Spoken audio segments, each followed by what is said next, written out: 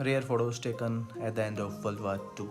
At the end of the war, millions of people were dead and millions homeless, the European economy had collapsed, and much of the European industrial infrastructure had been destroyed. The Soviet Union, too, had been heavily affected. Borders were redrawn and homecomings, expulsions, and burials were underway. But the massive efforts to rebuild had just begun.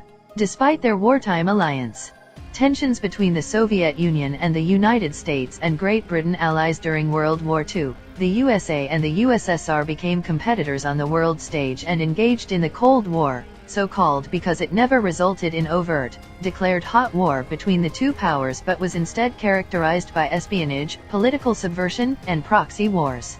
Western Europe and Japan were rebuilt through the American Marshall Plan, whereas Central and Eastern Europe fell under the Soviet sphere of influence and eventually an Iron Curtain. Europe was divided into a US-led Western Bloc and a Soviet-led Eastern Bloc. Internationally, alliances with the two blocs gradually shifted, with some nations trying to stay out of the Cold War through the non-aligned movement.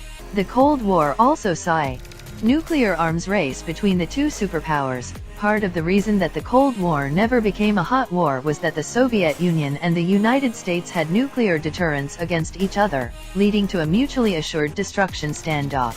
As a consequence of the war, the Allies created the United Nations, an organization for international cooperation and diplomacy, similar to the League of Nations. Members of the United Nations agreed to outlaw wars of aggression in an attempt to avoid a Third World War.